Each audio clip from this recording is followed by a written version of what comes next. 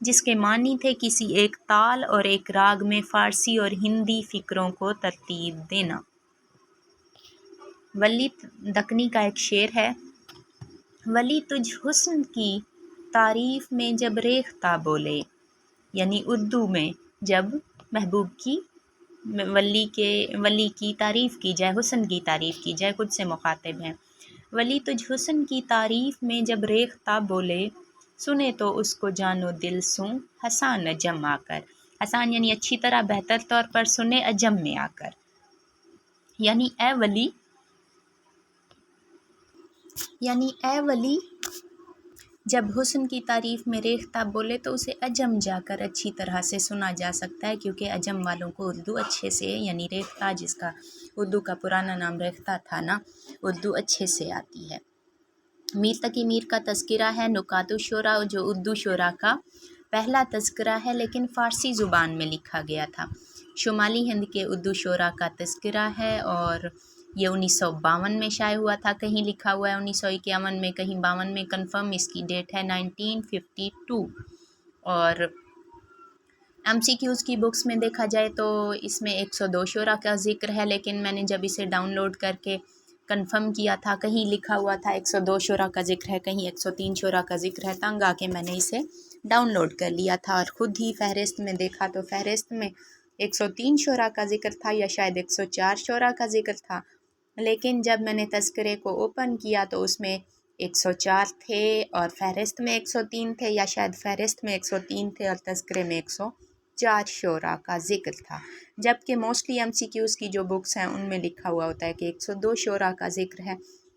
اب یہ کنفیوژن مجھے بھی ہے، لیکن اگر پیپر میں آ جائے تو آپ نے 102 والے کو ہی چوز کر لینا ہے، کیونکہ سٹارٹنگ میں اس میں 102 شعراء کا ذکر تھا، بعد میں پی ڈی ایف میں چینجنگ ہوتی گئیں یا کیسے ہوا، موسٹلی جہاں بھی ریپیٹڈ ہے 102 والا ہی ہے، اور جو زبان ضد خاص و عام شعر ہو یا سب جس سے اتفاق ہو جن کا کہ یہ والا جواب درست ہے، پیپر بنانے والے بھی اسی کو ہی ٹھیک سمجھ لیتے ہیں، تو آپ نے 102 کو ہی چوز کر لینا ہے۔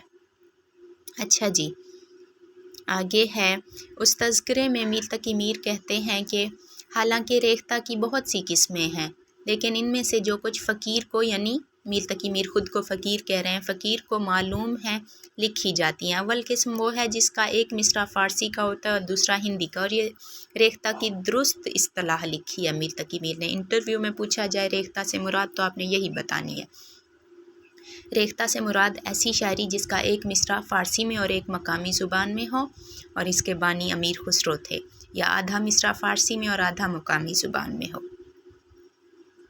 اچھا جی، نیکسٹ دیکھتے ہیں امیر خسرو کے بارے میں۔ ضمیر کن فکاں، کن یعنی ہو جا، فکاں منی ہو گیا۔ اللہ تعالیٰ فرماتے ہیں نا کسی چیز کے بارے میں کہ کن فیکون، ہو جا اور وہ ہو جاتی ہے، اس کے بارے میں ہے۔ اب امیر خسرو کے بارے میں ہم ڈیٹیل سے امپورٹنٹ کوسچن پڑھتے ہیں۔ امیر خسرو کا مکمل نام تھا ابو الحسن یمین الدین، اور ان کے والد کا نام تھا امیر سیف الدین۔ بیچ میں اگر میں ایک ہی کوسچن کو ریپیٹ کروں تو آپ سمجھ جایا کریں کہ مجھے گھر میں کوئی کام پڑ گیا تھا اور میں نے ریکارڈنگ کو سٹاپ کر دیا تھا اور دوبارہ سے سٹارٹ کر رہی ہوں۔ اچھا، ہم پڑھ رہے تھے امیر خسرو کے بارے میں۔ امیر خسرو کا پورا نام تھا ابو الحسن یمین الدین، اور ان کے والد کا نام تھا امیر سیف الدین، جو قبیلہ لاچین کے ترک سردار تھے، اور امیر خسرو 1253 میں پیدا ہوئے تھے اتر پردیش میں، یو پی میں، اور ان کی ڈیتھ ہوئی تھی 1325 میں، دلی میں دفن ہیں یہ، اور خواجہ نظام الدین اولیاء کی مزار کے قریب دفن ہیں۔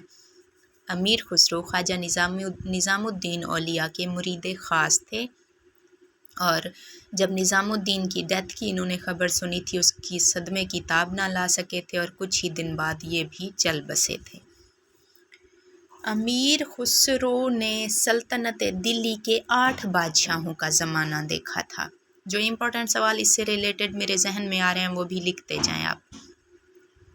ذہانت اور فطانت کا یہ عالم تھا کہ علوم متداولہ کے ساتھ ساتھ علوم متداولہ کیا ہوتے ہیں؟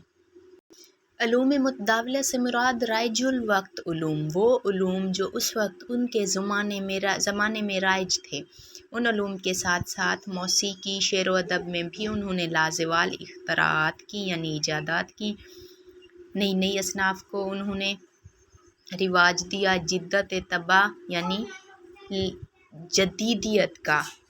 جدید انداز اپنانے کا یہ علم تھا کہ جس بھی علم کی طرف رجوع کرتے اس میں نابغہ ہونے کا ثبوت دیتے۔ نابغہ سے مراد اس میں اعلیٰ صلاحیتوں کا لوحہ منواتے اس علم میں۔